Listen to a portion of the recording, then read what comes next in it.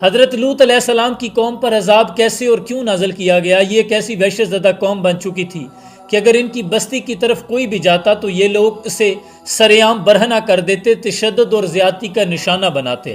اس بستی کے لوگوں کے گھر سجے ہوئے، انگارے دہکتے اور مردوں کو للچائی نظروں سے دیکھا کرتے، یہاں تک کہ انہوں نے اپنی نفسانی اور جسمانی خواہشات کو پورا کرنے کے لیے اپنی عورتوں کو چھوڑ کر مردوں کا رخ کر لیا، اور اس غلاظت، اس گندگی کے ڈھیر میں عورتیں ان کے ساتھ برابر کی شریک تھی۔ انہوں نے حد اس روز پار کی جب اللہ تعالیٰ کی طرف سے دو فرشتے خوبصورت نوجوانوں کی شکل میں حضرت لوط علیہ السلام کی طرف آئے تو حضرت لوط علیہ السلام کی بیوی نے یہ خبر جا کر اس بدکار گروہ کو دے دی۔ حضرت لوط علیہ السلام کی بیوی کے بارے میں قرآن میں آتا ہے کہ وہ پیچھے رہ جانے والوں میں سے تھی۔ جب اس گروہ کو یہ پتہ چلا کہ حضرت لوط علیہ السلام کے پاس خوبصورت مہمان آئے ہیں تو وہ لوگ للچائی نظروں کے ساتھ حضرت لوط علیہ السلام کے گھر پر لپک پڑے۔ ان لوگوں نے حضرت لوط علیہ السلام پر حملہ کر دیا۔ ان لوگوں کے ذہن میں اس قدر غلاظت تھی کہ حضرت لوط علیہ السلام کے مہمانوں کے بارے میں بھی ان کے ذہنوں میں جو شیطانی الاؤ ہیں وہ دہک رہے تھے۔ وہ ان کو للچائی نظروں سے دیکھ رہے تھے اور حاصل کرنا چاہتے تھے۔ لیکن حضرت لوط علیہ السلام نے جب یہ منظر دیکھا تو خود کو ایک گھر میں اپنے مہمانوں کے ساتھ محصور کر لیا۔ حضرت لوط علیہ السلام اس پر سخت رنجیدہ ہوئے، لیکن فرشتوں نے کہا کہ لوط علیہ السلام آپ غمگین نہ ہو، ہم اللہ کی طرف سے بھیجے گئے ملائکہ ہیں، یہ ہماری تک تو دور کی بات آپ تک بھی نہیں پہنچ پائیں گے۔ جب حضرت لوط علیہ السلام رنجیدہ ہوئے تو اللہ کی طرف سے ایک خوفناک عذاب نے اس قوم لوط کو گھیرے میں لے لیا۔ اللہ نے اس زمین کا جو خطہ تھا جس پر یہ قوم آباد تھی، اس بستی کے ٹکڑے کو زمین سے الگ کر کے ہوا میں بلند کرنا شروع کیا۔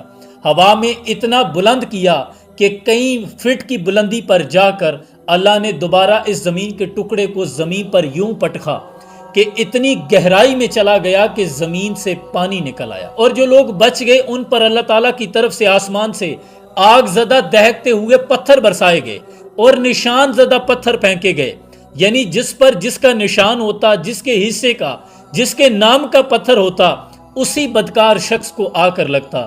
استغفر اللہ۔ اور نتیجے میں جو پانی نکلا تھا زمین سے، جس پانی نے اس ساری بستی کی گندگی کو، غلاظت کے ڈھیر کو، ان کی بدبودار لاشوں کو اپنے اندر دفن کیا، وہ پانی آج بھی ڈیڈ سی کہلاتا ہے۔ اسے بحیرہ مردار کہا جاتا ہے، جس میں زندگی کا وجود آج بھی ممکن نہیں ہے۔ نہ کوئی زندہ مچھلی، نہ مینڈک، نہ کوئی اور حشرات الارض، اور نہ کوئی کیڑا مکوڑا آج تک بھی یہاں پیدا ہو سکا ہے۔ یہ وہ قومیں ہیں جنہوں نے اللہ کی حدود کو پامال کیا اور اللہ کے عذاب کو دعوت دی۔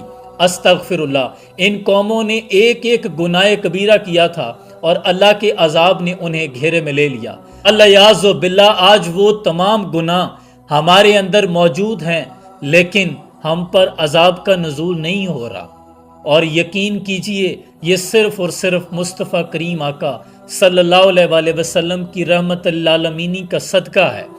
رب کعبہ کی قسم، اگر نہ ہو ان کی رحمت درمیان میں، ابھی آگ لگ جاتی دونوں جہاں میں۔ جس قدر غلیظ کام آج موجود ہیں، ہر گناہ یہاں پہ ہو رہا ہے، ہر گناہ کبیرہ، چھوٹی بچیاں، مرد، عورتیں، بوڑھے، بزرگ، کوئی بھی تو محفوظ نہیں۔ استغفر اللہ۔ اللہ اس قسم کی لعنتوں سے ہمیں محفوظ رکھے اور اس پرفتن دور میں ہماری نسلوں کا خاتمہ بالایمان فرمائے۔ سلام پہنچے۔